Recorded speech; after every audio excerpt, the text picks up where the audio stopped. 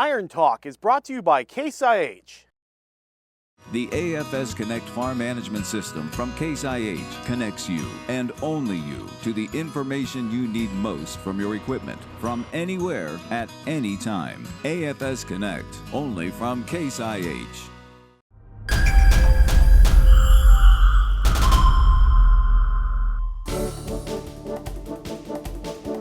This winter, we talked about how we were mixing several products together as we're applying fertilizer and even when we're spraying herbicides. I want to make sure you don't have any problems at home if you try this on your farm. My question for you is this: have you ever had to clean out a sprayer or a fertilizer tank because two or more products weren't compatible? I'll show you how to avoid that nasty job in today's Iron Talk. There are a lot of new products coming out each and every year, and I like to try new stuff.